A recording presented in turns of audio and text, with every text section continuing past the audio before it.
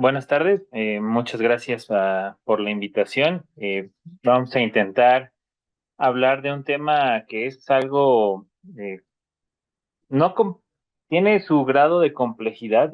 Es por eso es importante que nosotros, antes de poder hablar sobre el manejo, sobre cuáles son nuestros objetivos en el tratamiento de un trauma craneoencefálico, pues tengamos claras las vías fisiopatológicas por los cuales nosotros buscamos todos esos objetivos a la hora de atender a este tipo de pacientes. Entonces, nuevamente, muchas gracias por la invitación.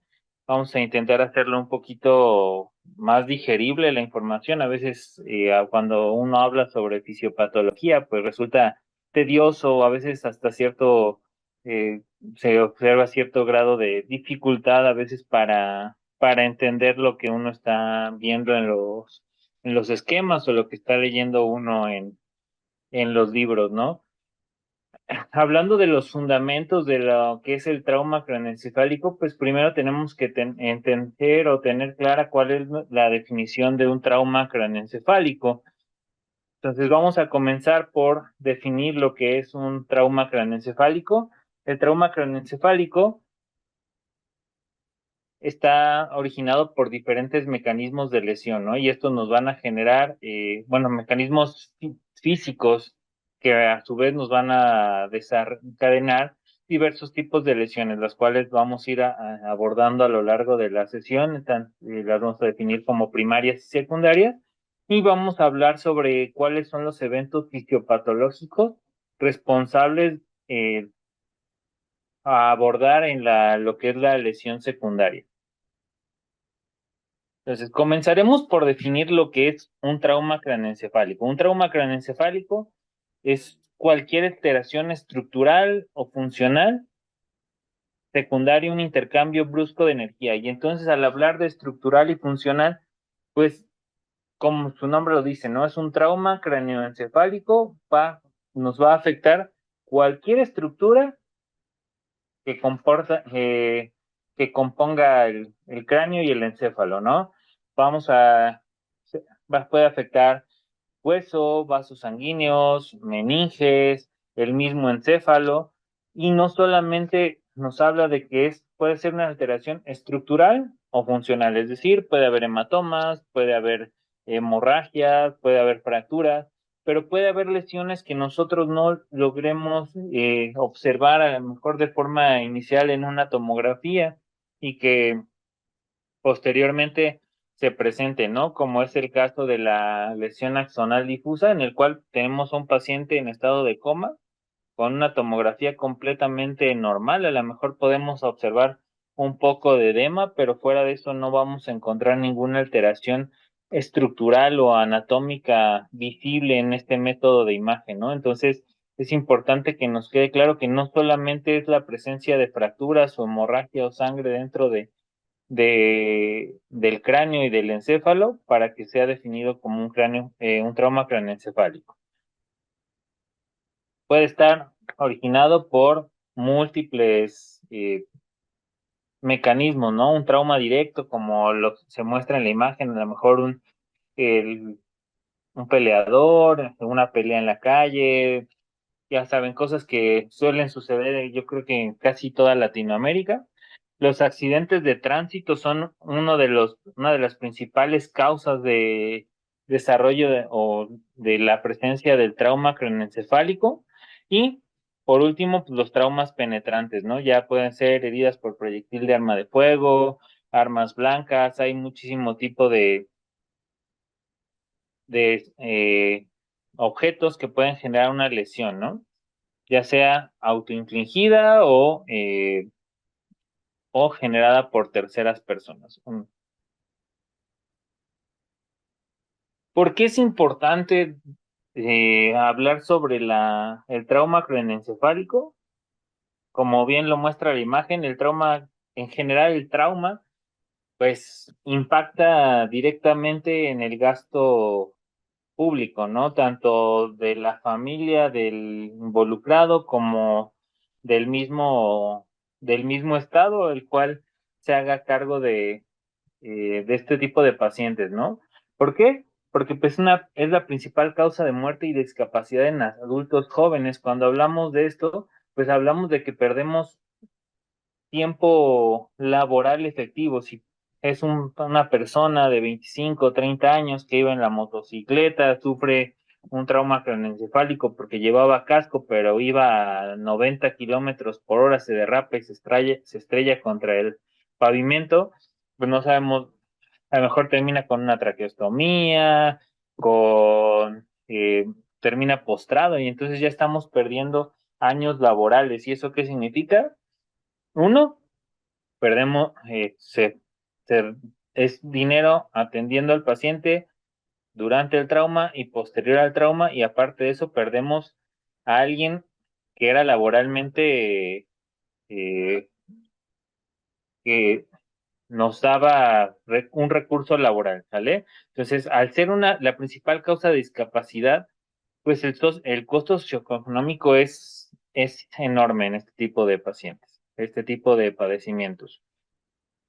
Se reporta en Estados Unidos que el TCE es el responsable de aproximadamente 69 casos anuales. De estos, 60% van a ser pues, a causa de accidentes viales. Y no sé si a ustedes les suceda como a nosotros aquí en México, cada vez es mayor el número de trauma craneoencefálico, en general de trauma, debido a las motocicletas, ¿no? Casi, ya sea que usen casco o no usen casco, cada equipo de protección cada vez es más frecuente que nos enfrentemos a este tipo de padecimientos. Nosotros, por ejemplo, en el Hospital Juárez no somos un hospital de trauma como tal, no vemos, no, nuestro grueso de atención no es el paciente con trauma, pero cada vez es más frecuente que nosotros nos encontremos en la disyuntiva de la atención de estos tipos de pacientes que representa un reto porque usualmente no nos vamos a encontrar frente a un trauma único. El trauma craneoencefálico, a menos que sea un golpe directo, usualmente nos vamos a encontrar ante víctimas de traumas múltiples, ya sea a nivel craneoencefálico, a nivel de columna, abdominal, torácico, principalmente por el mecanismo de lesión involucrado en este tipo de padecimientos, como lo es los accidentes automovilísticos y como bien habíamos comentado hace unos minutos, también el aumento paulatino de los accidentes en vehículos de dos ruedas. No sé también si ustedes en su país tengan el problema. Actualmente nosotros estamos sufriendo con lo que son las motos eléctricas porque no hay una regulación, entonces se circulan como si fueran motocicletas en las avenidas, pero no están reguladas de la misma manera. Entonces, pues no hay forma actualmente todavía de obligarlos a hacer el uso del equipo de protección. Y vemos que de todos los traumas craneoencefálicos que llegan a un servicio de urgencias, esta es una reportada a nivel de Latinoamérica, el 80% corresponden a un trauma craneoencefálico leve, el 10% a un trauma moderado y el 10% a un trauma severo. ¿Cuáles son los que nos van a importar nosotros ahorita principalmente? Porque son aquellos pacientes que pueden evolucionar a un trauma grave o a complicaciones graves, a requerir ingreso hospitalario o ingreso incluso a un quirófano o a una unidad de cuidados intensivos, los traumas moderados a graves. Bueno, ¿cómo vamos a clasificar el trauma craneoencefálico? Por mecanismo, ¿no? Primero, por mecanismo, si es un trauma cerrado o si es un trauma abierto.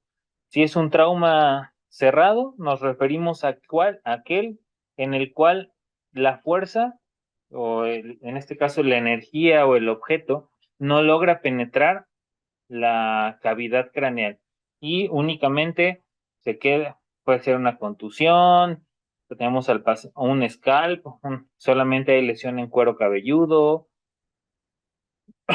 y tenemos el trauma craneoencefálico abierto, en el cual hay penetración hasta la dura madre.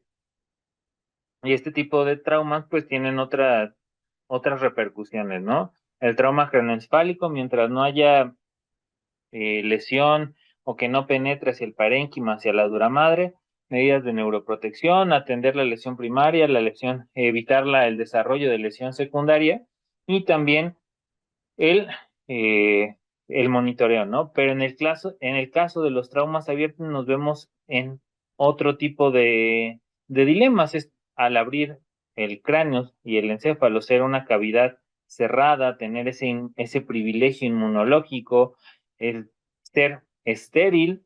¿Qué pasa si abrimos una solución de continuidad? Pues le abrimos la puerta a todos los microorganismos, no solo los que pudieran estar en el objeto que contundió y abrió la solución de continuidad, sino los propios microorganismos que se encuentran en la piel, ¿no? Y este tipo de pacientes, pues ya van a requerir que nosotros administremos algún otro tipo de manejo, como es la terapia antibiótica.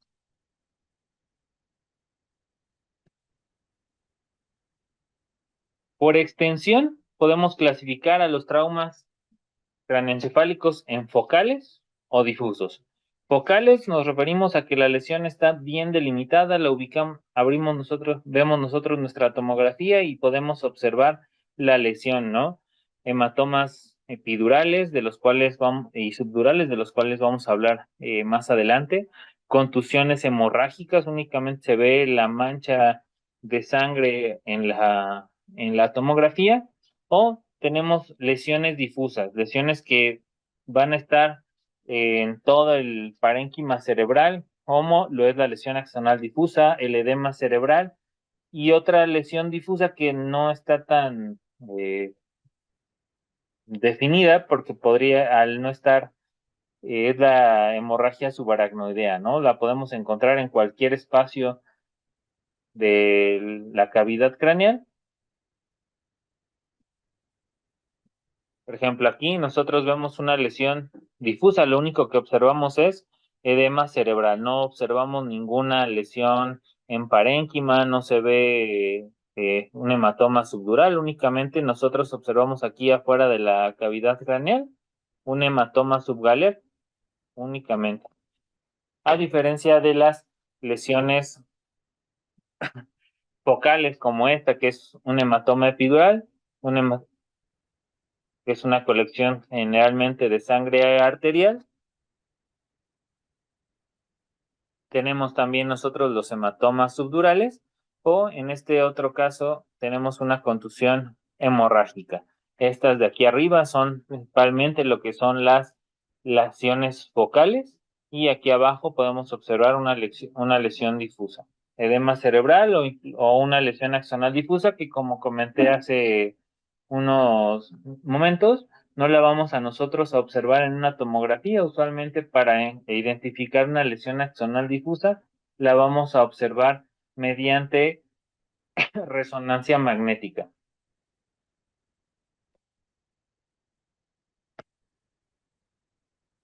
¿Hasta aquí hay alguna duda en cuanto a las lesiones por mecanismo de si es cerrado, abierto o si es por extensión?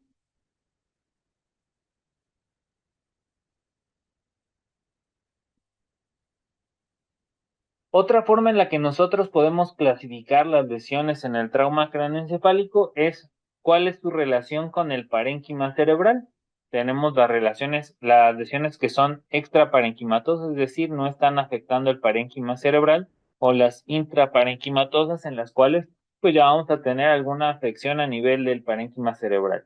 En las extraparenquimatosas vamos a encontrar nuevamente al hematoma epidural, al hematoma subdural o la hemorragia subaracnoidea, como les había comentado hace rato. Y en las intraparenquimatosas vamos a tener lo que es las contusiones, el hematoma o la hemorragia intracerebral, la lesión axonal difusa o en un caso muchísimo menos frecuente, las lesiones vasculares difusas. Entonces, todo lo que esté por arriba del aracnoides, pues va a ser extra parenquimatosa. Y aquí vamos a poder encontrar si está entre la aracnoides y la dura madre, pues el hematoma subdural. Si está entre la dura madre y la bóveda craneal, los hematomas subdurales. epidurales, perdón.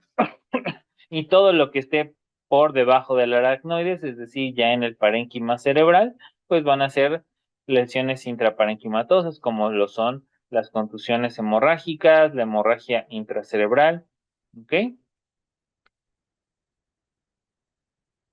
Y en esta imagen encontramos múltiples tipos de lesiones secundarias o que podemos encontrar en el trauma craneoencefálico. Por ejemplo, en esta primera imagen, una lesión extradural, que es un hematoma epidural, ¿no? Hasta este punto encontramos lesiones que son extraparenquimatosas, focales, ¿no? Como los hematomas epidurales, que pueden ser pequeñitos, contenidos menores de 10 milímetros, hasta hematomas en crecimiento franco, como en este caso, que pareciera que tuviera incluso un balón de fútbol americano dentro del parénquima cerebral. Tenemos los hematomas subdurales, de los cuales igual vamos a ir hablando más adelante, o las hemorragias subaracnoideas postraumáticas, en las cuales, pues, a lo mejor, por ejemplo, en una lesión o un grado leve, pues es hasta complicado a veces identificarla, pero conforme aumenta la severidad del trauma, vamos a tener va a ser más fácil observarla en la tomografía. Tenemos lesiones focales intraparenquimatosas, como lo son las contusiones hemorrágicas, que puede ser pequeñitas y a lo mejor el trauma es un trauma a lo mejor no tan de alta energía, o hasta múltiples contusiones hemorrágicas, que el problema de este tipo de lesiones es la gran presencia de edema cerebral que generan alrededor de la lesión.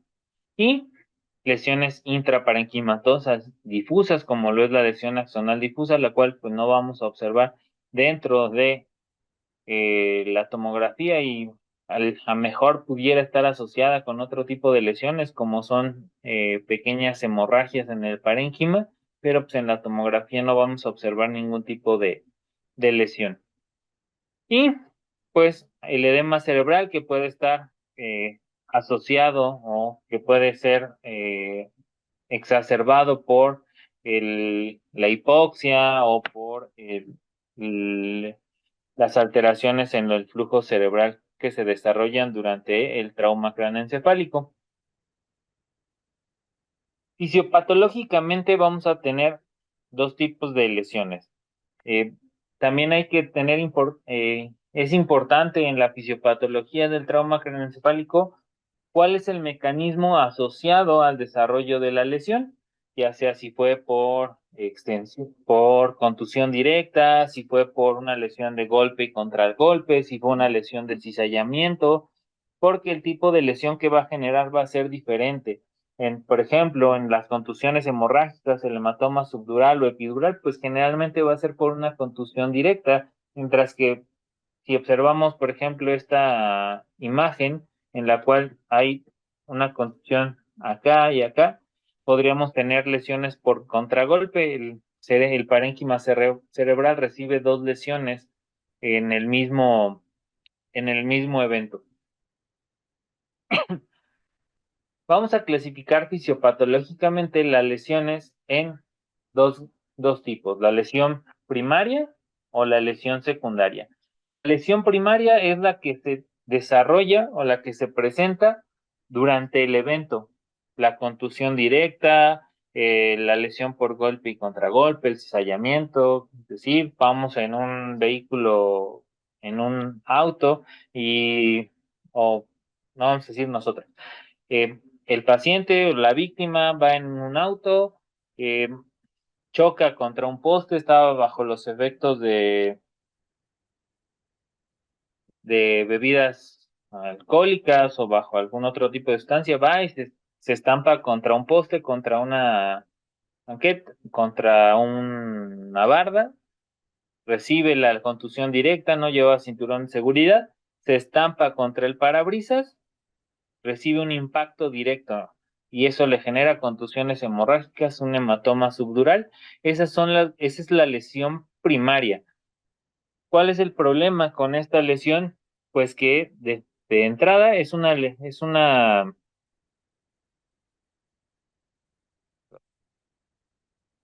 irreversible, no hay forma de quitar el evento que ya desencadenó la lesión. Si ya hubo una ruptura de un vaso, ya sea por cizallamiento, por la contusión directa, porque hubo una fractura en la bóveda craneal,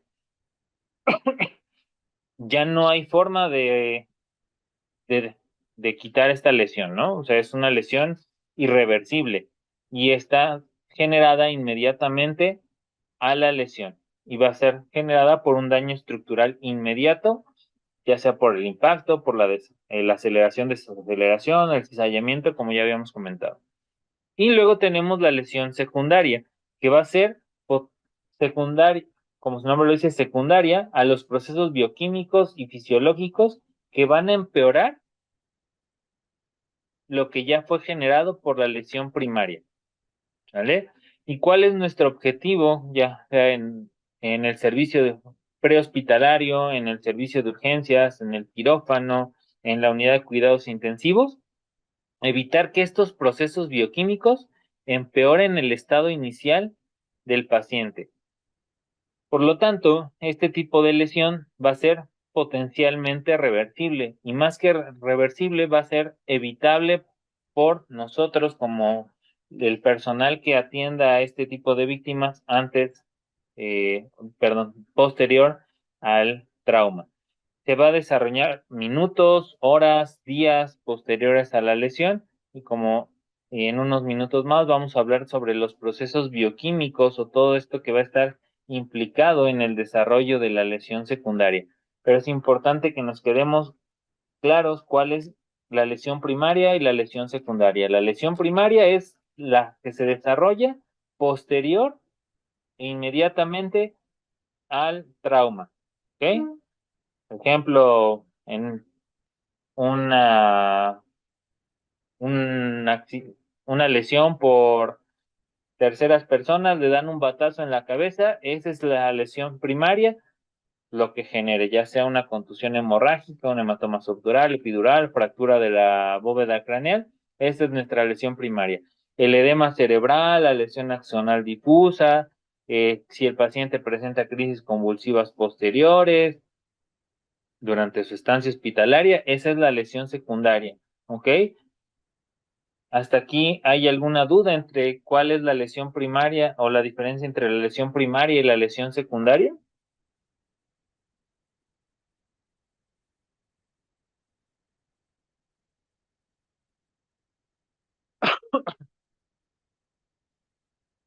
¿Y cuáles son las lesiones primarias? Creo que hay un mensaje en el chat.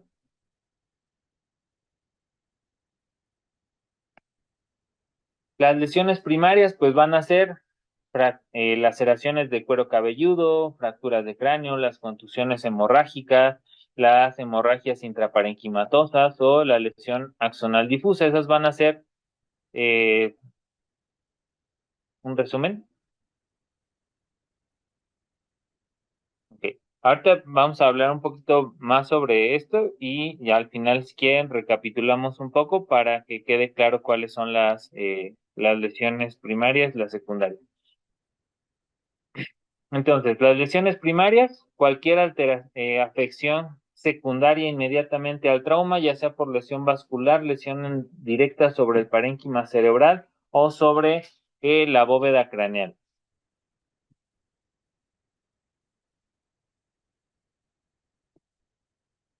Y las lesiones secundarias van a ser las generadas por el aumento en la presión intracraneal, por la hipoxia cerebral, la hipotensión, la hipotermia, las alteraciones hidroelectrolíticas o generadas por los radicales libres posteriores al primer evento, ¿ok?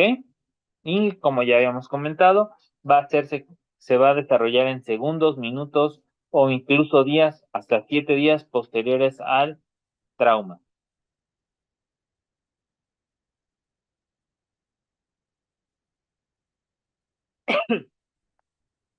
Bueno, y ahondando un poco más en lo que son las lesiones primarias van a ser, se van a generar por diversos mecanismos biomecánicos, ¿vale? Podemos tener un impacto directo, como lo que les comentaba hace ratito sobre el, la persona que va en un vehículo automotor, choca contra una barda o contra un poste y no lleva cinturón de seguridad, impacta directamente su cráneo contra el parabrisas, pues ahí ya tenemos un impacto directo, ¿no? ¿Y esto qué va a generar? Pues puede ser desde, como se muestra en esta parte, puede generarse fractura de cráneo, una contusión, lesión directa sobre el parénquima, lesión de algún vaso sanguíneo que pueda generar un hematoma, ya sea epidural o subdural, o una hemorragia subaracnoidea, si hay lesión por cizallamiento en los vasos del espacio subaracnoideo. ¿Y qué lesiones podemos tener? Las contusiones, las fracturas, los hematomas, los mecanismos de aceleración y desaceleración, que generalmente lo que decimos que genera una lesión por golpe y contragolpe, recibe el impacto directo, la clásica lesión por latigazo, ¿no? Choca primero de frente y choca después hacia atrás, y al estar el cerebro flotando en una cavidad ahí con el líquido cefalorraquídeo, pues va a dar directamente contra la cavidad craneal, junto con la bóveda craneana en dos ocasiones, primero de frente y luego en la región posterior, en este caso en la región occipital, y vamos a tener dos lesiones en el mismo evento. ¿Vale? Y este tipo de lesiones, aparte de la contusión que va a tener directa por el golpe del cerebro o del encéfalo contra la bóveda craneal, podemos tener la lesión axonal difusa o la hemorragia subaracnoidea por las fuerzas de cizallamiento, es decir, se rompe, se desgarra en ese momento, ya sea o el vaso sanguíneo o el axón, la sustancia gris, la sustancia blanca se desgarran en ese momento por el intercambio o la lesión tan brusca. Y en este tipo de lesiones, en los mecanismos por aceleración y desaceleración, usual puede llegarse a presentar aún sin que haya un daño evidente en el encéfalo, ¿sale? Como, por ejemplo, un paciente, volvemos al caso de la lesión en el automóvil, trae bien, pues, en este caso sí trae el cinturón de seguridad, pero es de esas personas que no les gusta traer el respaldo en la cabeza del automóvil y hace un latigazo directo, de adelante hacia atrás, nunca se golpea la cabeza, pero sí hay desgarro de los axones o de los vasos sanguíneos. Entonces, siempre es importante cuando nosotros evaluamos a una víctima de trauma, y en específico de trauma craneoencefálico, tener claros cuáles son el tipo de ok. La lesión axonal difusa se considera una lesión primaria porque la lesión al axón se genera durante el trauma, durante el primer estímulo. No está generado por los mecanismos secundarios, que es la hipoxia, la hipovolemia, la hipercapnia, o por el aumento propio de la presión dentro de la cavidad craneal. La lesión axonal,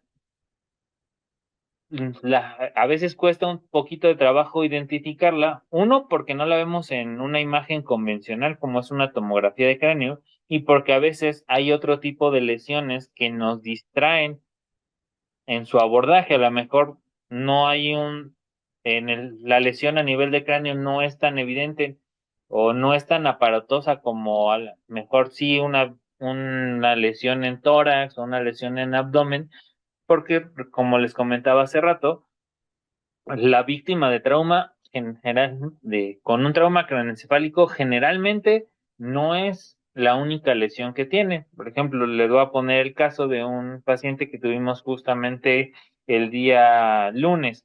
un paciente de 65 años iba en su bicicleta, lo proyecta un automóvil, el paciente sale proyectado, tiene, sí, tiene a lo mejor una que otra abrasión a nivel de la región facial, pero trae fractura de húmero, trae abrasiones en caja torácica, en abdomen, trae fractura de tibia y peroné, y como el paciente llegó con Glasgow de 15, pues uno deja pasar o no le da tanta atención en ese momento a la lesión en cráneo porque no perdió el estado de alerta o porque sí perdió el estado de alerta, pero en ese momento está despierto, está cooperador y uno le presta más atención a otro tipo de lesiones. O hablando del caso de hace un momento, de la víctima en un vehículo automotor, a lo mejor iba en estado de ebriedad, llega, no te responde, uno asume que es la tomografía está limpia, entonces uno prioriza o supone que es por el efecto todavía de las bebidas alcohólicas y no le da mm, no pasa en ese momento por la cabeza el que esté cursando con una lesión axonal difusa.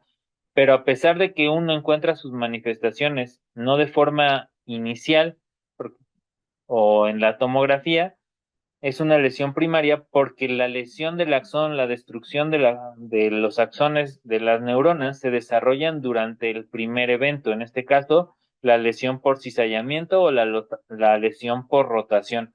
La lesión por cizallamiento es ese desgarre por el que hace esto, ¿no? De adelante hacia atrás, te desgarra en ese momento, ya sea la neurona o el vaso sanguíneo, o las lesiones también por rotación.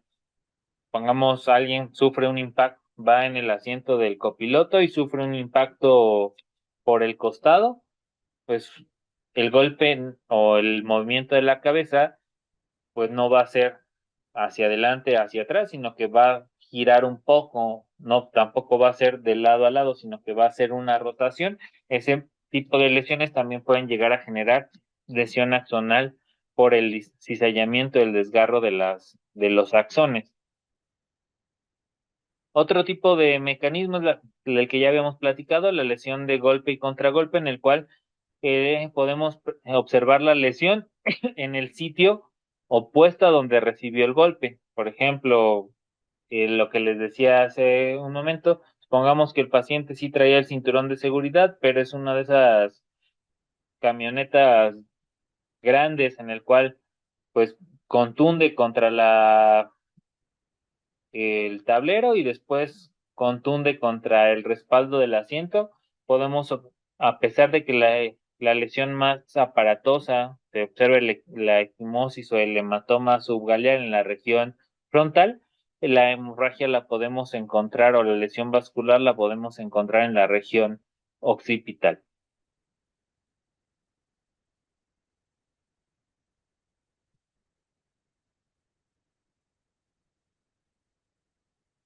Ok, ¿por qué en algunos casos los pacientes o las víctimas de trauma están despiertos posteriores al trauma? Generalmente es por el mecanismo de lesión y también por la gravedad de la lesión.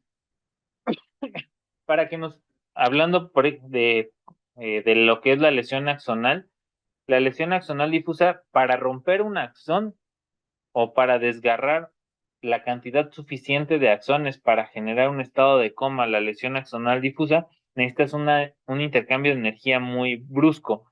Entonces, por eso muchos de los pacientes, como les comentaba hace rato, de los pacientes que llegan a urgencias por un trauma craneoencefálico, el 80% son un trauma leve y entonces puede que no tengamos alteración del estado de alerta o podemos tener eh, traumas moderados a graves que sí tengan lesiones como son los hematomas subdurales o el epidural, que cuando hablemos de la clínica del hematoma epidural, que es ese paciente que llega bien, llega consciente, cooperador y de la nada se te deterioró porque va a ser secundario o va a ser todo esto manifestaciones del crecimiento del hematoma.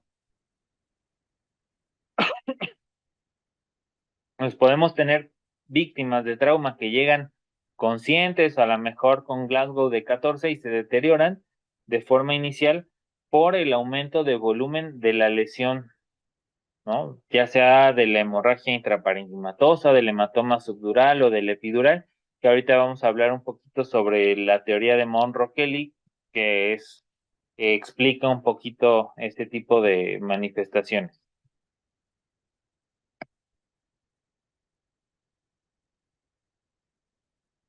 Nuevamente, lo que ya habíamos platicado hace un ratito sobre los mecanismos biomecánicos de la lesión.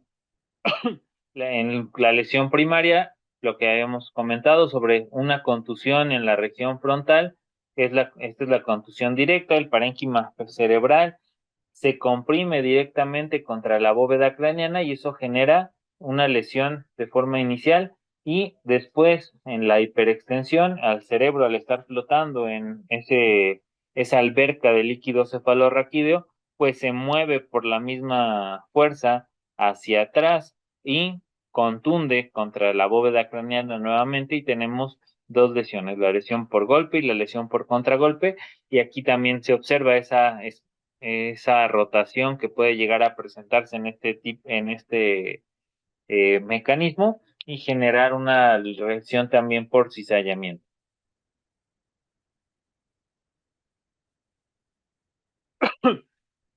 Hace ratito hablábamos sobre si la lesión es abierta o si es cerrada. Tenemos en este caso, en esta imagen, una lesión penetrante, ¿vale? El daño a la bóveda craneal y al parénquima cerebral está generado por el paso directo del objeto, en este caso un objeto punzocortante, fractura el cráneo y posteriormente genera lesión por donde pasa, ¿no? Va lesionando vasos sanguíneos, va lesionando parénquima cerebral y abre una solución de continuidad entre el encéfalo y el medio ambiente. Y en esta otra imagen, lo que observamos es una lesión por proyectil de arma de fuego. Como entró la bala, generó destrucción a nivel del parénquima, de la bóveda craneal y posteriormente a eso genera lesión por donde pasa la bala. En este caso, aquí se ve la hemorragia y el edema cerebral. Aquí se observa una hemorragia subaracnoidea postraumática porque al pasar la bala lesionó los vasos que estaban en el espacio subaracnoideo, que es entre la aracnoides y la dura madre, perdón, y eh, genera toda esta hemorragia y tenemos aquí también ya irrupción hacia los ventrículos.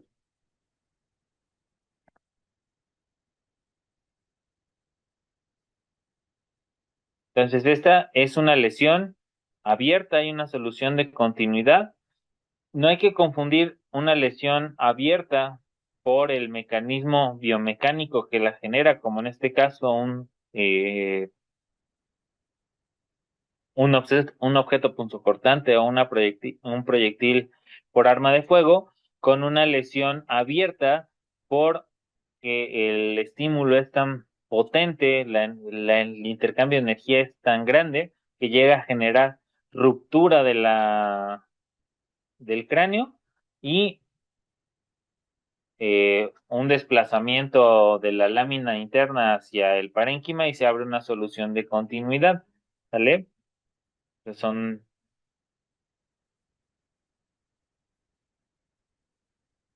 bueno. ¿Y cómo se llega a desarrollar esto? Y es importante porque no todos los traumas craneoencefálicos presentan hematomas subdurales, hematomas epidurales, fracturas. ¿Por qué no todos, por qué algunos, a pesar de que el trauma pareciera que no presenta un intercambio de energía tan intenso, pueden llegar a tener lesiones más graves que otros que presentan mayor intercambio de energía? Depende mucho de la localización. Evolutivamente, nuestro organismo ha evolucionado y en este caso los huesos del cráneo han evolucionado. Hay algunas partes del cráneo que son muchísimo más delgadas que otras. Por ejemplo, Los huesos a nivel frontal son muchísimo más delgados que los huesos a nivel temporal o a nivel occipital. Esto es importante porque el hueso que tenga mayor cantidad de tejido esponjoso va a ser capaz de absorber una mayor cantidad de energía que los huesos con menor cantidad de tejido esponjoso. En este caso, a nivel frontal, tenemos menor cantidad de tejido esponjoso, las láminas son muchísimo más delgadas.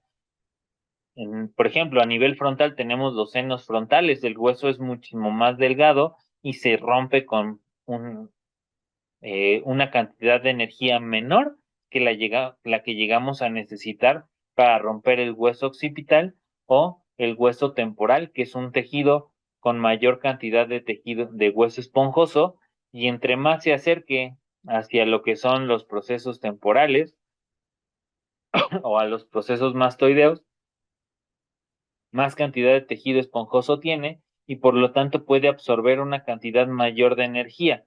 Entonces, si nosotros tenemos una fractura de base de cráneo, pues necesitamos una cantidad de energía muy grande para que nosotros hayamos podido romper un hueso que tiene una gran cantidad de tejido esponjoso, o si tenemos una fractura a nivel del hueso occipital que tiene una mayor cantidad de tejido esponjoso que el hueso frontal, necesitamos mayor energía.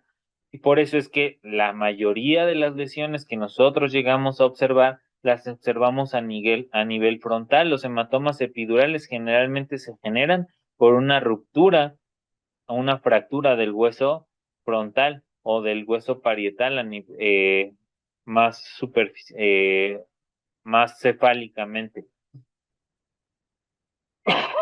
Mientras que las contusiones por contragolpe las llegamos a observar a nivel occipital. ¿Por qué? Porque es muy complicado que rompan el hueso occipital y es más, al ser un tejido óseo, pues el parénquima cerebral va a chocar contra ese hueso y pues va a generar una lesión directa sobre el parénquima cerebral. Y esto es lo que les comentaba, o a este corte lo tenemos a nivel de los huesos del conducto auditivo, pero es para que observen la cantidad de tejido esponjoso que nosotros tenemos aquí en el hueso temporal. Tenemos una gran cantidad de hueso esponjoso.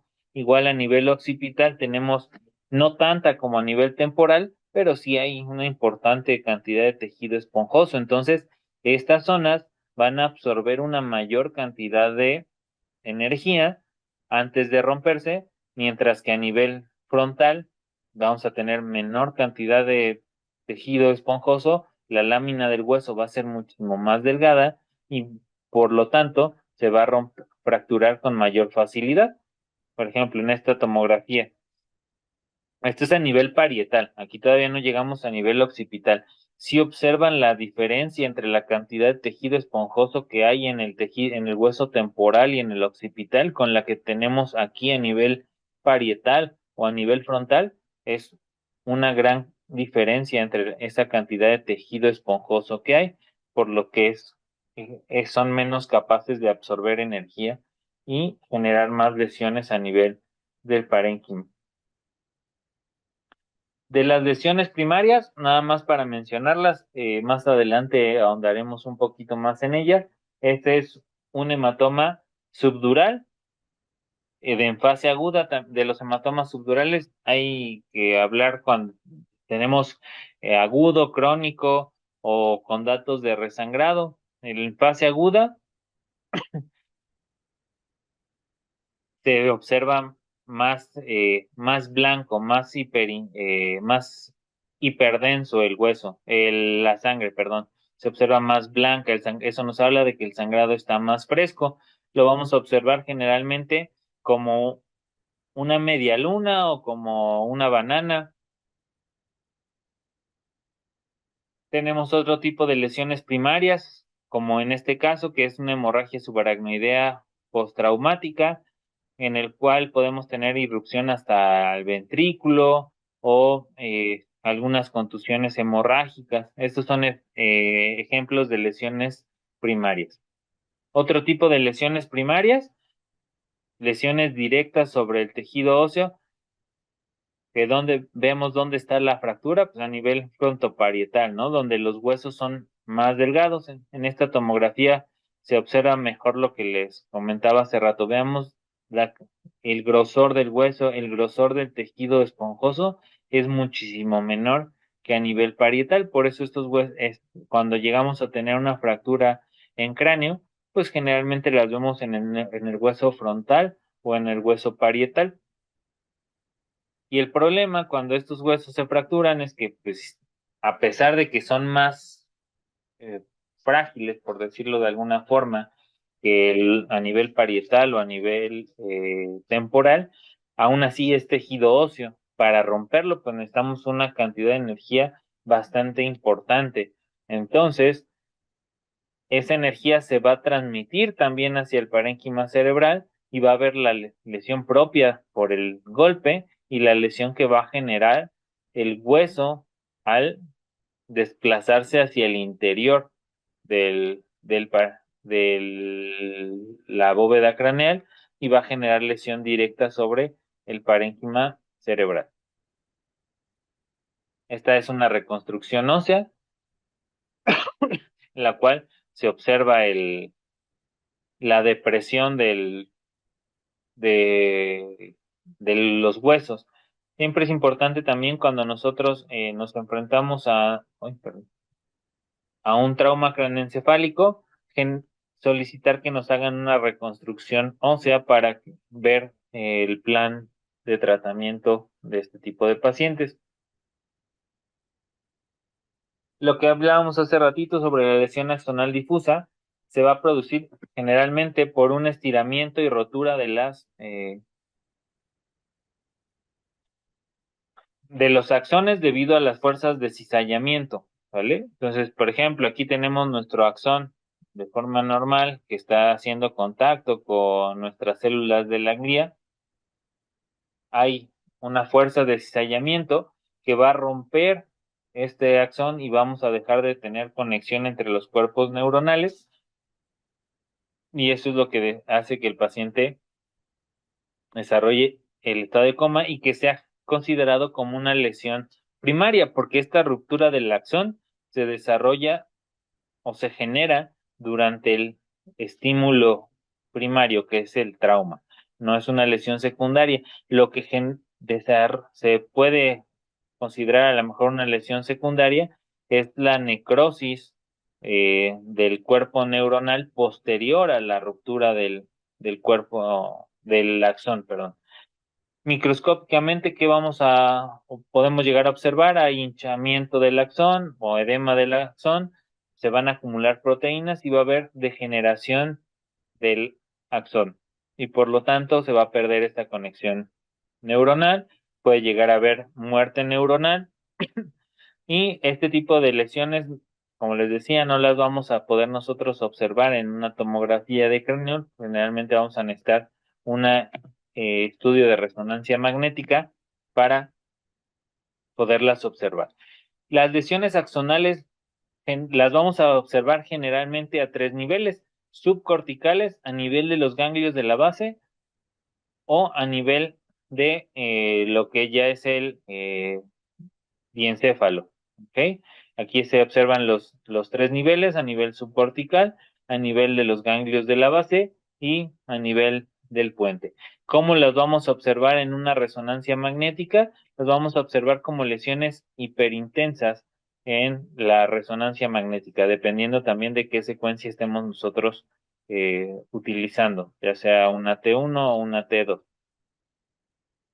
Pero en esta imagen en el centro se observa esa lesión hiperintensa que correspondería con el primer nivel que les comenté hace ratito, donde observamos la lesión axonal difusa, y a nivel del diencéfalo y a nivel de los ganglios de la base, aquí observamos otras áreas de hiperintensidad correspondientes al nivel 3 y 4 o al nivel 2 y 3 de la lesión axonal difusa, que es donde se presenta generalmente.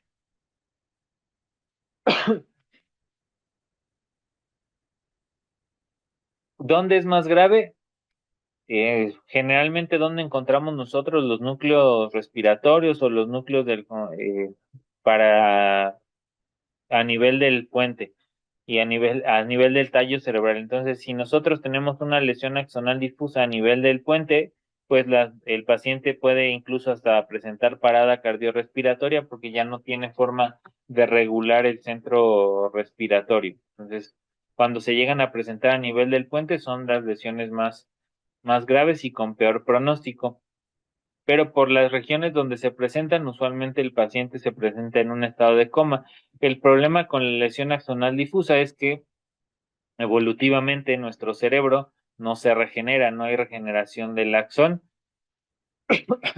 Entonces, a pesar de que se han buscado terapéuticas eh, con el calcio o con medicamentos para disminuir la degeneración del axón, son lesiones irreversibles.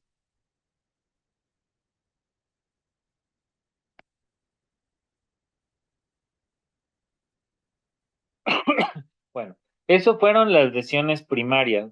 No les puse una contusión hemorrágica porque la vamos a ver más adelante cuando veamos lo que es tomografía para que identifiquen las contusiones hemorrágicas, pero sí queda claro cuáles son las lesiones primarias y que son generadas por el impacto o por el estímulo directo, por el intercambio de energía, por la transferencia de energía. ¿Sí queda clara esa parte? No hay dudas en cuáles son las lesiones primarias y en el hecho de que la lesión primaria es irreversible porque es generada directamente por el intercambio de energía. Ok. Entonces, ya tuvimos el golpe, ya sea por impacto directo, por lesión golpe contra golpe, accidente automovilístico en moto, una herida por proyectil de arma de fuego, un bate en la cabeza, el mecanismo que haya generado la lesión. Eso nos va a generar nuestra lesión primaria. Después tenemos la lesión secundaria, que quedamos que se desarrolla entre minutos, horas o hasta días posteriores a el estímulo inicial o el daño primario. Y para que nosotros o nuestro objetivo en la evaluación y en el tratamiento de los pacientes víctimas de trauma craneoencefálico es evitar la progresión a una lesión secundaria. ¿Qué tenemos que nosotros evitar? Que aumente la presión intracraneana, hay que evitar la hipotensión, la hipoxemia, la hipotermia. ¿Por qué? Porque esto genera todavía más descontrol en la autorregulación del cerebro. Entonces, tenemos nosotros nuestra lesión inicial, ¿no? Contusión, hemorragia, hematoma.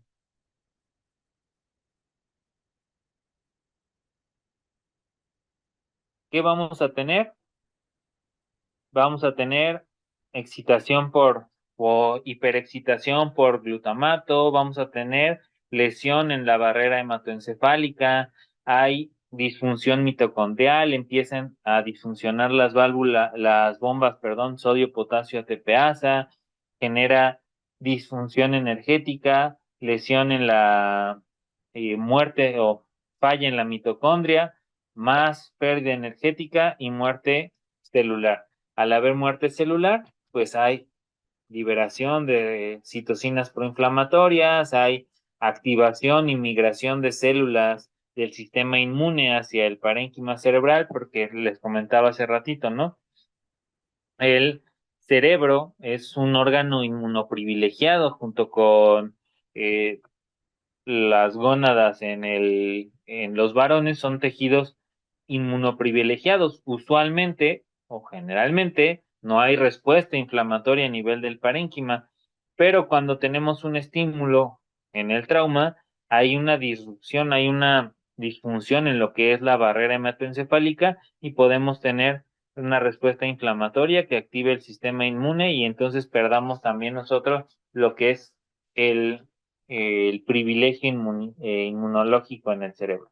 Todo esto nos puede llevar también a la liberación de radicales libres, y posteriormente a apoptosis, muerte celular y a neurodegeneración.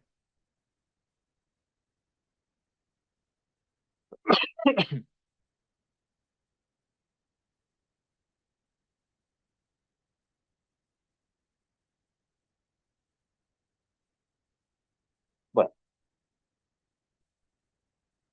las lesiones secundarias o la lesión secundaria en el trauma craneoencefálico puede estar generada por dos tipos de componentes, los que son a nivel sistémico y los que están a nivel propiamente de intracraneales.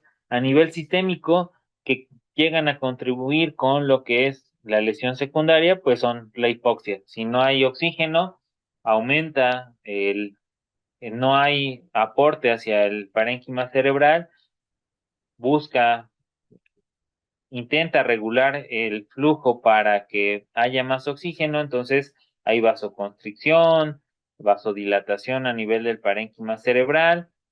Ahorita vamos a hablar un poquito más de eso cuando veamos la curva de autorregulación cerebral, pero pues lo que es la hipoxia, la hipotensión arterial, las alteraciones en la glucosa, tanto la hipoglucemia como la hiperglucemia, la hipertermia, el desequilibrio electrolítico, ya sea sodio, potasio, calcio, las coagulopatías o procesos infecciosos, pueden contribuir al desarrollo y empeoramiento de una lesión secundaria.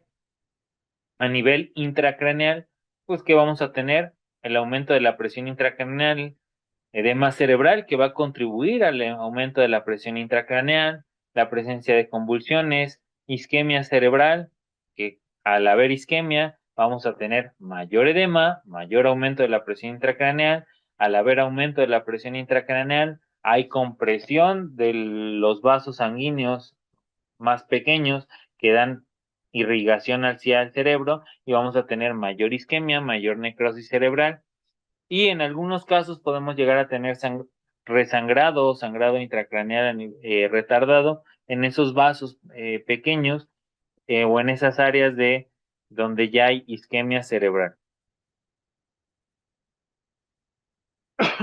Antes de hablar de lo que es la curva de autorregulación cerebral, pues nosotros tenemos que entender este esquema, que no sé si alguna vez, pues, a lo mejor de forma más bonita o más agradable a la vista, pero este esquema es el esquema de la teoría de Monroe-Kelly. La teoría de Monroe-Kelly nos dice que el parénquima cerebral está contenido dentro de un continente rígido, que en este caso es la bóveda craneal, y que sus componentes se van a encontrar en un equilibrio constante para mantener una presión intracraneal normal.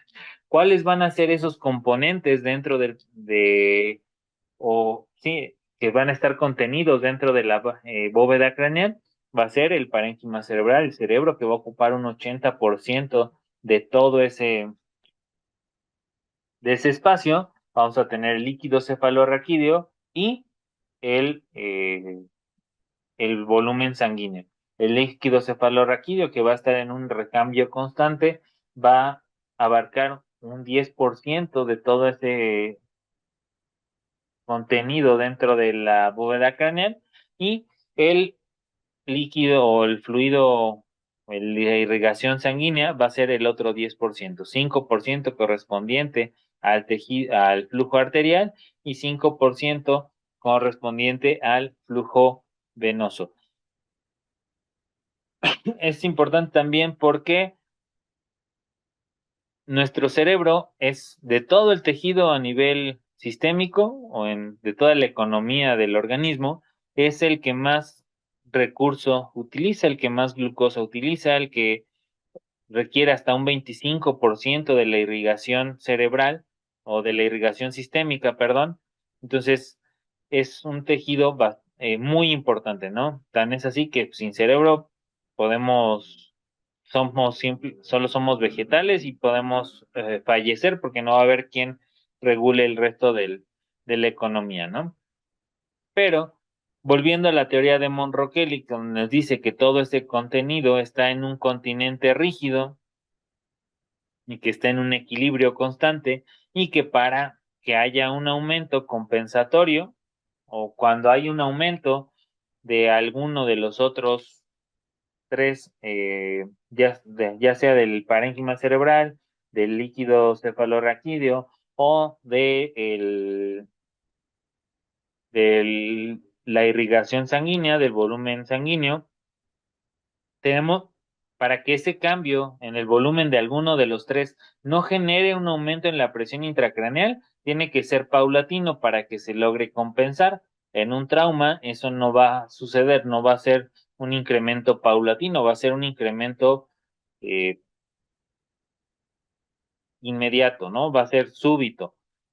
Entonces, cuando nosotros tenemos un aumento de volumen dentro de la bóveda craneal, vamos a tener una disminución de los otros. Si es, por ejemplo, un aumento en el parénquima cerebral, ya sea por edema cerebral, vamos a tener una disminución en el líquido cefalorraquídeo y en el volumen arterial para intentar mantener una presión intracraneal eh, normal o todavía adecuada, para mantener una presión de perfusión cerebral adecuada. Si tenemos nosotros alguna otra elemento dentro de la bóveda craneal, ya sea una masa, en este caso hablando de un hematoma, ya sea subdural, epidural o un hematoma intraparenquimatoso, vamos a tener nosotros una sustancia o una componente más que no debería de estar en ese lugar y entonces va a generar una disminución o va a generar una disminución en el volumen de cualquiera de los otros tres, ya sea el flujo sanguíneo, el líquido cefalorraquídeo o el volumen. El parénquima pues no puede disminuir, es un tejido esponjoso, entonces ¿qué va a generar? Primero va a generar una disminución en el líquido cefalorraquídeo, es lo primero que vamos a dejar, va a intentar compensar para no aumentar la presión intracraneal. Pero ¿qué pasa si este aumento sigue y la disminución del líquido cefalorraquídeo ya no logra compensar esto? Pues vamos a tener una disminución del retorno venoso. ¿Por qué? Porque las venas son las que menos presión generan, entonces no pueden vencer el aumento de la presión dentro de la cavidad craneal. Y por último, el último que va a caer va a ser el flujo arterial, cuando ya esa presión intracraneal generada por la masa o por el edema cerebral son tan altas que vencen lo que es la presión de los capilares, pues también vamos a tener una disminución en el flujo arterial y por lo tanto vamos a tener isquemia cerebral en este tipo en estos casos. De forma simple, entonces, es que la teoría de Monro-Kelly nos dice que el parénquima cerebral, el líquido cefalorraquídeo y el flujo sanguíneo están en un equilibrio constante para buscar mantener una presión intracerebral normal.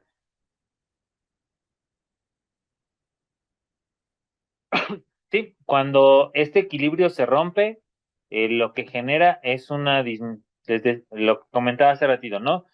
Busca mantener ese equilibrio, entonces primero se disminuye el líquido cefalorraquídeo, posteriormente hay disminución en el retorno venoso y por último hay disminución en el aporte eh, arterial y eso nos va a llevar a isquemia cerebral, hay disminución en el flujo sanguíneo y eso nos va a llevar a necrosis, muerte y muerte cerebral.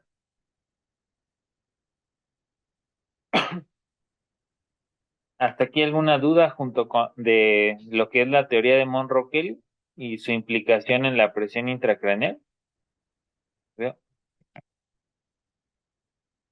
Ajá, sí, cuando este volumen no es, ya sea lo que haya generado o esté ocupando un espacio mayor, ya sea el parénquima cerebral por edema, una, ya sea un hematoma en el parénquima, un hematoma subdural, epidural que está generando un edema de masa, un efecto de masa, perdón, va a buscar salida y en este caso pues va a generar una herniación cerebral. Eh, que más adelante tengo los tipos de hernia. Ahorita se los, les pongo la imagen.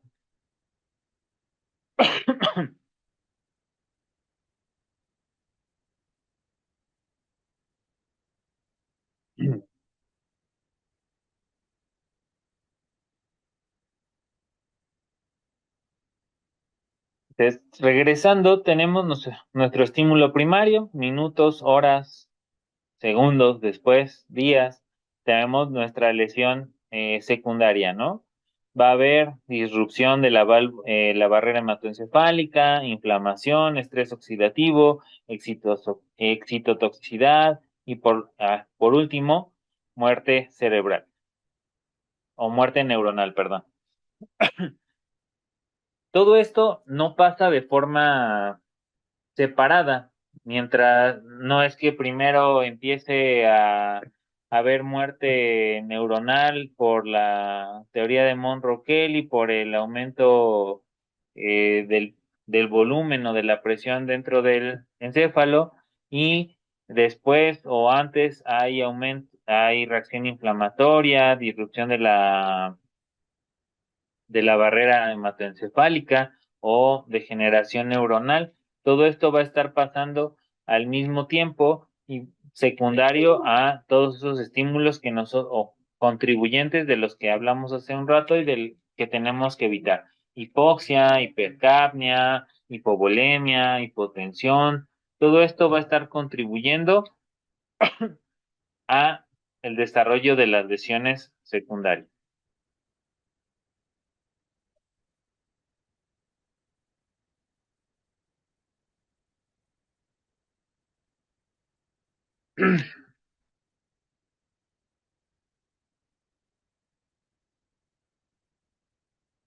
Y otro de los contribuyentes al desarrollo o la progresión de la lesión secundaria o del daño secundario es la inflamación y la disrupción de la barrera hematoencefálica. Cuando hay un trauma craneoencefálico, hay una disrupción de la integridad de la barrera hematoencefálica y junto con la activación de las células de la neuroglía que van a haber liberación de citocinas proinflamatorias como el factor de necrosis tumoral, la interleucina 1, va a generar o va a activar va a haber llamado de las células inflamatorias como los macrófagos y va a empezar a generar mayor liberación de radicales libres, mayor estrés oxidativo, mayor liberación de óxido nítrico. ¿Esto qué va a generar? Mayor edema a nivel cerebral, en este caso edema de tipo vasogénico, y aumento de la presión intracraneal, disminución del flujo sanguíneo y por lo tanto muerte celular.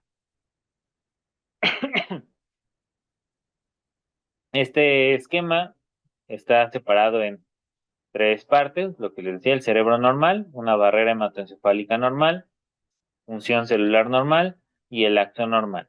En la lesión primaria, lo que ya el estímulo va a generar disrupción de la barrera hematoencefálica, va a haber hemorragia y lo más importante, el estímulo inicial va a generar inflamación.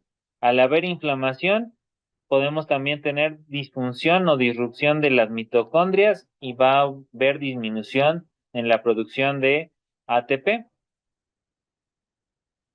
Una vez que se desarrolla el estímulo primario, hay disrupción o daño de la barrera hematoencefálica y junto con el edema cerebral, la hipoxia, la isquemia, eh, la activación o del glutamato, del cual ahorita vamos a hablar porque es muy importante en la fisiopatología del trauma craneoencefálico, en especial de la lesión secundaria, va a generar que disfuncionen las válvulas sodio, potasio, ATPasa, va a salir potasio de la célula, va a empezar a entrar mucho calcio hacia la célula Este aumento en el calcio va a generar daño en la mitocondria. Al haber daño en la mitocondria, vamos a tener la liberación de eh, muchas sustancias como proteasas, caspasas, calpasas, van a generar lesión a nivel del citoesqueleto neuronal y de las células de la glía. Vamos a tener también liberación de radicales libres, liberación de óxido nítrico, vamos a aumentar el estrés oxidativo, todo esto va a generar muerte celular. Esta muerte celular va a generar mayor respuesta inflamatoria, mayor inflamación, mayor edema, mayor aumento de la presión intracraneal y por lo tanto mayor daño y mayores secuelas en el parénquima cerebral.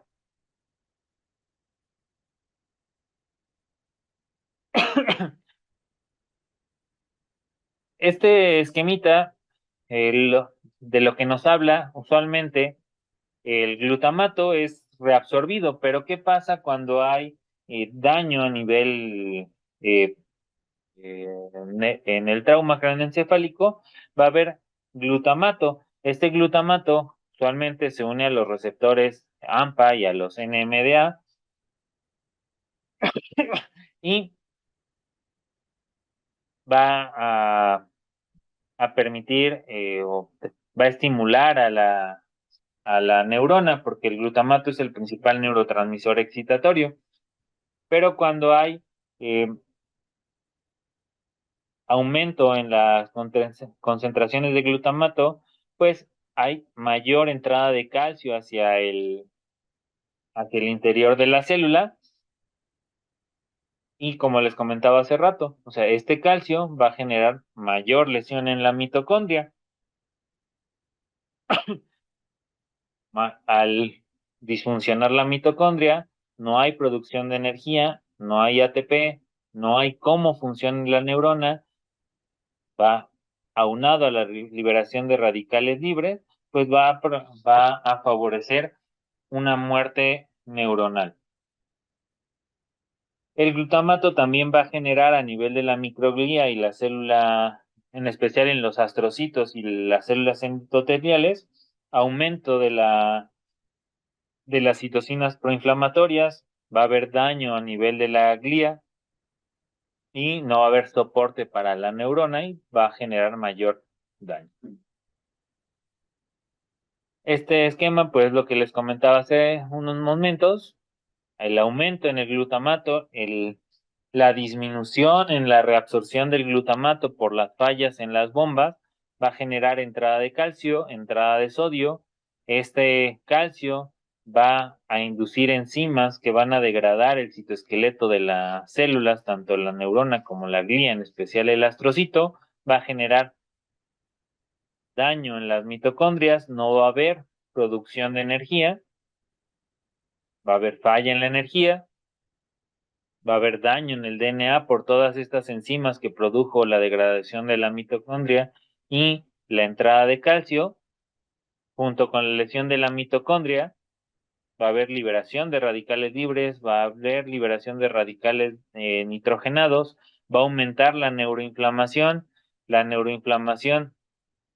liberación de citocinas proinflamatorias, va a generar el llamado la activación de las células inflamatorias a nivel sistémico y va a empeorar todavía más la inflamación y va a generar una mayor cantidad de edema cerebral.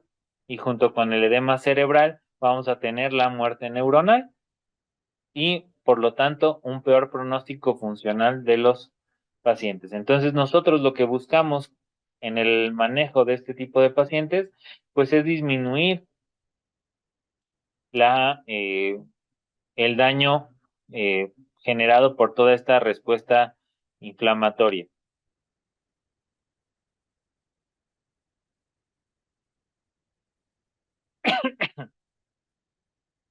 Esta es la curva de regulación cerebral. Como tal, no hay un tratamiento para evitar el incremento del glutamato. Actualmente hay terapias emergentes para disminuir la respuesta inflamatoria. Hay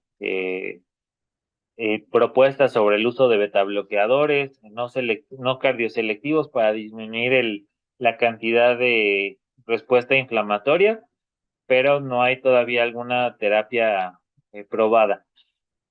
El tratamiento que nosotros vamos a dar es principalmente para prevenir todas las consecuencias asociadas a el estado de choque, la hipoglucemia, la hipoxemia, a al aumento de la presión intracraneal. Nuestra terapéutica va a ir principalmente diseñada o destinada a disminuir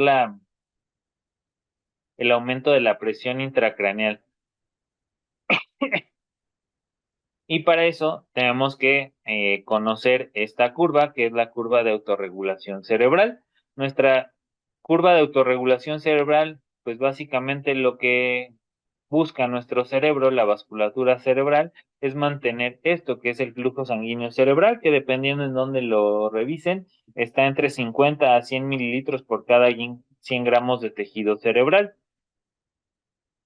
Nos vamos a tener una zona de hipotensión o una zona ascendente hacia la baja y una zona de hipertensión o una zona de vasoconstricción y una zona de autorregulación o una zona de meseta.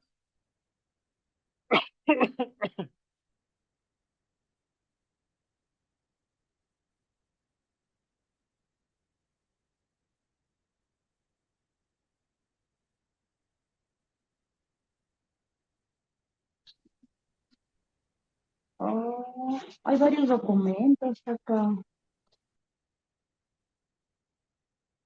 Bueno, en esta curva, que es la curva de autorregulación cerebral, vamos a tener en nuestro eje de las X la presión arterial media o la presión de perfusión cerebral, que va a ser, no, la presión de perfusión cerebral no va a ser otra cosa que la presión arterial media menos la presión intracraneal. Nuestra presión de perfusión cerebral como meta debe estar por arriba de 60 milímetros de mercurio. Y eso es lo que el cerebro mantiene entre 50 a 150, es la zona de autorregulación cerebral. En este punto, el cerebro es capaz de generar o vasodilatación o vasoconstricción a nivel de las arterias y de las arteriolas cerebrales para mantener un flujo sanguíneo entre 50 a 60 mililitros por cada 100 gramos de tejido cerebral. Cuando nuestra presión de perfusión cerebral baja más allá de los 50 milímetros de mercurio, va a generarse una vasodilatación a nivel de las arteriolas. De forma inicial va a haber una vasodilatación para buscar que mantener este flujo. Sin embargo, ya no va a ser capaz de mantener este flujo sanguíneo eh, la vasculatura, el parénquima cerebral, y vamos a entrar en isquemia, ¿vale? ¿Qué condiciones van a contribuir a entrar en esta zona de pendiente o va a desplazar hacia la izquierda esta pendiente de la autorregulación cerebral? Principalmente la hipotensión, la hipoxia y la hipercapnia. Cuando nosotros tenemos hipercapnia, vamos a tener vasodilatación y vamos a tener una disminución de la presión de perfusión cerebral. Más allá de 150 milímetros de mercurio, el cerebro tampoco es capaz de mantener una autorregulación. De forma inicial, el cerebro va a generar vasoconstricción, pero va a llegar un punto en el que pues el capilar y la arteriola ya no se van a poder constriñir más y van a terminar dilatándose. ¿Qué condiciones pueden generar esto? Principalmente la hipocapnia o hiperoxemia. La hiperoxemia, cuando tenemos nuestra presión arterial de oxígeno más allá de 110, 120 milímetros de mercurio, pueden generar también una vasoconstricción y por lo tanto vamos a tener disminución del flujo sanguíneo cerebral.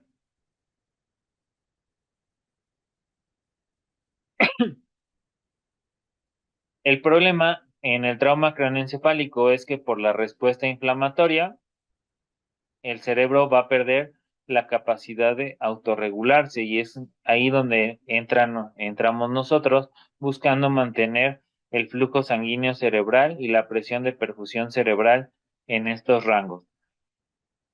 ¿Ok? Entonces, nuestra presión de perfusión cerebral, nuestro objetivo son mantenerlo por arriba de 60 milímetros de mercurio y buscando eso lo conseguimos con una presión,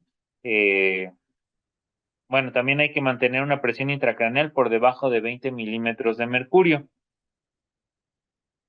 Si nosotros tenemos una presión de intracraneal por arriba de 20 milímetros de mercurio y tenemos, no sé, una TAM de 60 y tenemos una presión intracraneal de 25, pues nuestra presión de perfusión cerebral ya va a estar por ahí de los 50, 55, y eso va a generar pues mayor cantidad de isquemia. Cuando nosotros estamos de este lado de la curva, del lado derecho, a esto se le llama hiperemia.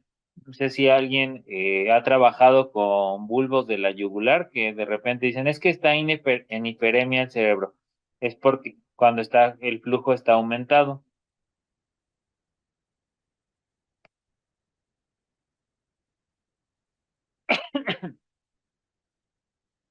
Bueno, ¿y todo esto qué va a generar? La disfunción mitocondrial, el edema cerebral, la pérdida de la autorregulación cerebral, la neuroinflamación, pues va a desencadenar una neurodegeneración y por lo tanto secuelas a largo plazo para este tipo de pacientes. Hemos hablado mucho del edema, pero ¿qué es el edema cerebral? Pues no es otra cosa más que la acumulación de líquido dentro del parénquima cerebral. Hay tres tipos de edema cerebral: el citotóxico, el vasogénico y el intersticial. El edema vasogénico va a ser generado por la disrupción de la barrera hematoencefálica, por la lesión de la barrera hematoencefálica y salida de proteínas hacia el intersticio. Y el citotóxico va a ser por disfunción de las bombas, ya sea por hipoxia o isquemia, disfunción de la válvula la bomba sodio-potasio ATPasa, y va a generar entrada de agua hacia el interior de la célula, ya sea la neurona o las células de la neuroglia.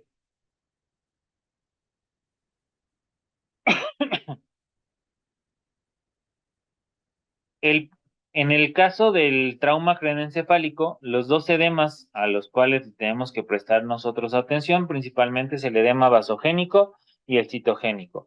El edema vasogénico va a ser el primero que se va a presentar porque quedamos que va a estar generado por la disrupción de la barrera hematoencefálica, ¿ok? Mientras que el citotóxico va a ser el que vamos a estar observando durante todo el desarrollo de la lesión secundaria, porque pues va a ser por fallo de las bombas sodio-potasio ATPasa por la respuesta inflamatoria.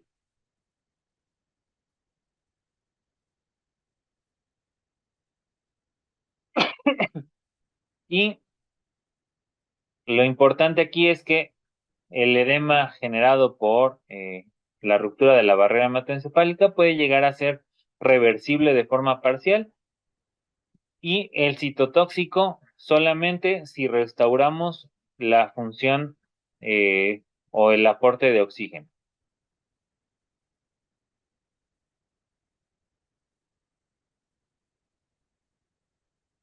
¿Cómo clasificamos por severidad el trauma craneoencefálico? Bueno, ya hasta aquí alguna duda sobre lo que es la fisiopatología de la lesión primaria y la lesión secundaria.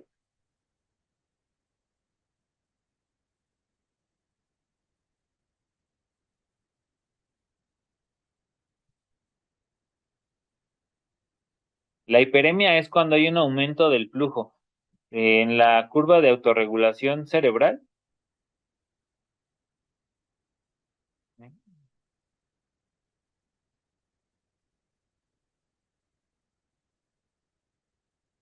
básicamente en este tipo de pacientes la hiperemia va a ser pasiva, porque es por una pérdida de la capacidad de autorregulación cerebral que tienen estos pacientes.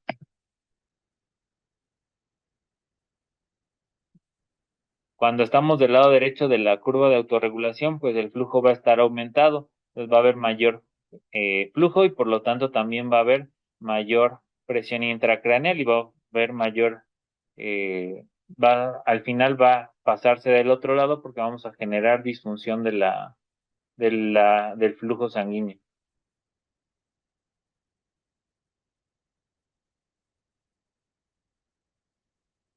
En cuanto a la clasificación, digo, ahorita lo volveremos a abordar. El trauma craneoencefálico de forma clásica por gravedad lo clasificamos en leve, moderado, severo, de acuerdo a cuántos puntos tuvo según la escala de coma de Glasgow. Pero algo muy importante es que la escala de coma de Glasgow se evalúa después de que hayamos reanimado al paciente, no de forma inmediata, no en cuanto se recupera la víctima de la zona de la lesión o de la zona del incidente o inmediatamente después de que golpean al paciente o si tiene alguna lesión exsanguinante. Primero reanimamos al paciente y posterior a eso evaluamos la escala de coma de Glasgow para estadificar la severidad del mismo. Entonces, de 14 a 15 puntos es un trauma leve, de 9 a 13 puntos es un trauma moderado y por debajo de 8 puntos es un trauma severo.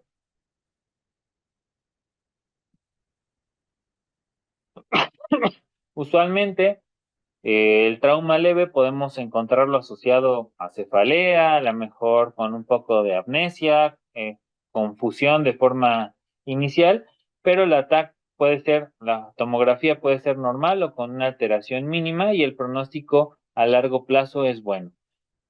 El trauma craneoencefálico moderado puede tener alteración somatosensorial, algún signo de focalización. En la tomografía ya podemos encontrar algún tipo de lesión focal como hematomas, contusiones hemorrágicas, hemorragia subaracnoidea, y el pronóstico va a ser variable dependiendo del tipo de lesión y eh, cómo evoluciona en cuanto a todos los mecanismos que contribuyen al desarrollo de una lesión secundaria.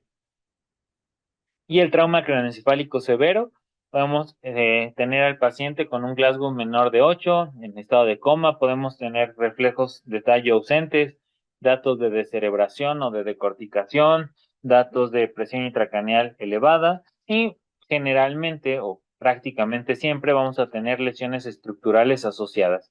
Y el pronóstico es malo, tanto funcional como para la vida.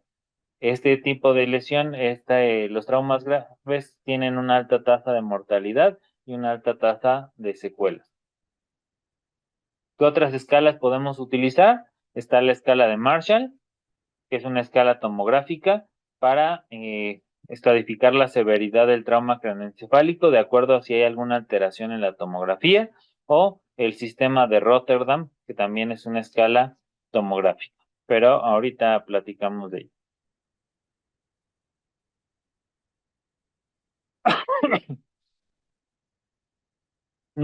Usualmente no todo paciente con víctima de trauma craneoencefálico le realizamos la tomografía, ¿no? Porque si no, pero ante la duda hay ciertas herramientas que nos ayudan a tomar la decisión de cuándo tomar o cuándo realizar una tomografía craneoencefálica.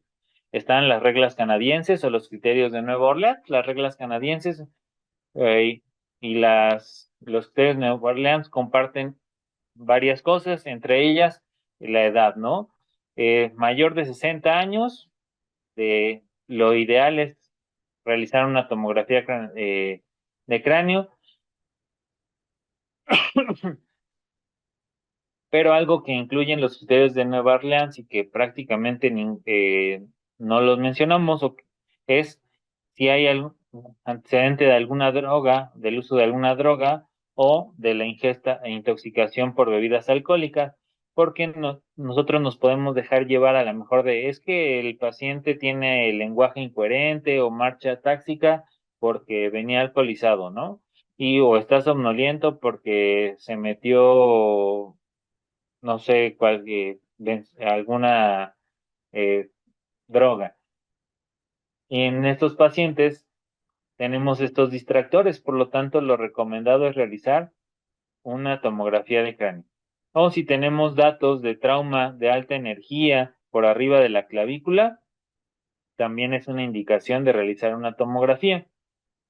Una fractura de clavícula, fractura de la primera costilla, son indicaciones, trauma de alta energía y por lo tanto es indicación de realizar una tomografía de cráneo.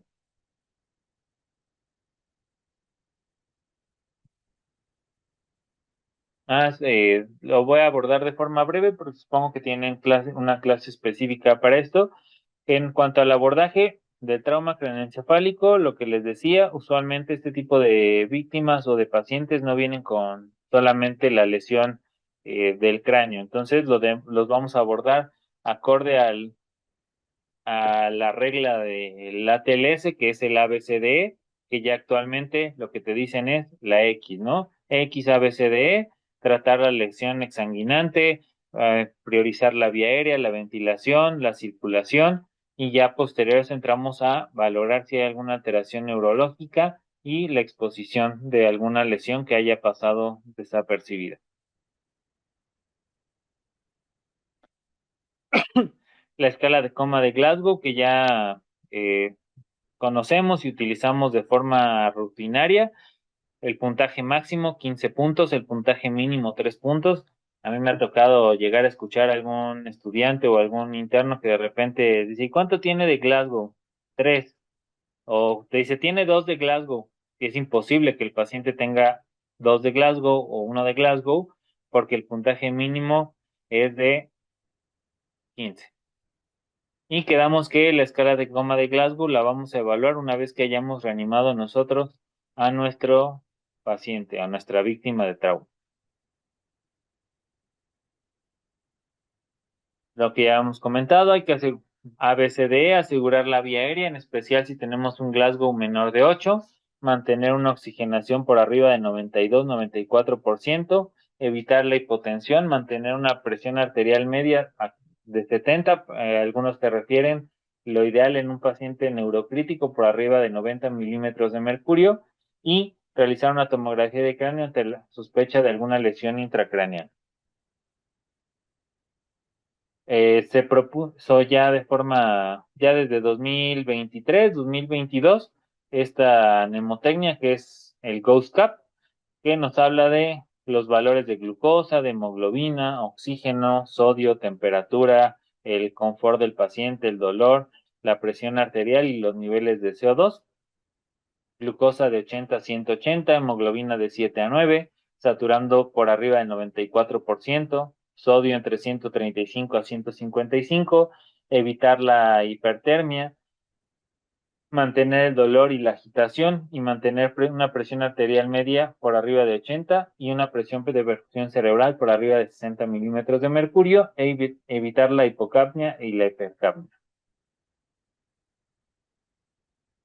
Otra mnemotecnia para los pacientes neurocríticos pues es la de el manto o de mantle, que igual es un acrónimo, temperatura, hemoglobina, electrolitos, la presión de perfusión cerebral o el estado metabólico, la presión arterial media o la presión arterial sistólica, el estado nutricional, en este caso la glucosa, las metas de oxígeno, las metas de protección pulmonar y control del edema mediante neuromonitoreo.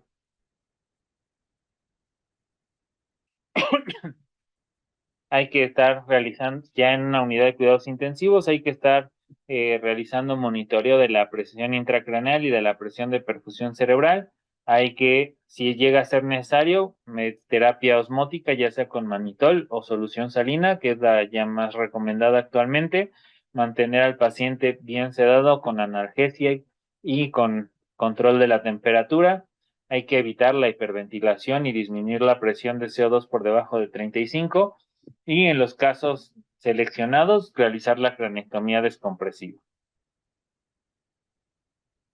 ¿Cuál es el asunto con este tipo de pacientes? Lo que ya habíamos hablado, Generalmente los pacientes con trauma craneoencefálico severo, pues generalmente van a quedar con algún tipo de secuela, ya sea déficit cognitivos, cambios conductuales, crisis convulsivas postraumáticas, o ya actualmente se habla sobre la presencia de lesiones o demencia asociada al trauma craneoencefálico recurrente. Lo estudiaron desde los jugadores de fútbol americano, ya incluso pues ya vemos que está el protocolo de conmoción cerebral para los pacientes, para los jugadores de fútbol o soccer como le llamen. Y igual no sé si alguien conoce fue un luchador de Estados Unidos que víctima de múltiples traumas craneoencefálicos porque uno de sus movimientos era volar desde la tercera cuerda y contundir con su cabeza a la cabeza del oponente, pues terminó con eh, trastorno psicótico secundario al trauma craneoencefálico recurrente, se suicidó y mató a su familia, ¿no? Entonces ya actualmente se está estudiando el riesgo de desórdenes neurodegenerativos secundarios al trauma craneoencefálico, no solo el trauma craneoencefálico recurrente, sino con traumas únicos.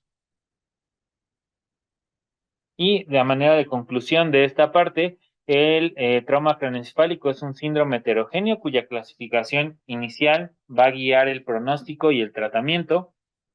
La lesión secundaria es el principal objetivo terapéutico y para prevenir y disminuir las secuelas, y la neuroprotección temprana va a salvar el cerebro y va a mejorar la función a largo plazo de este tipo de pacientes. Vamos a continuar. Déjenme proyecto la siguiente presentación.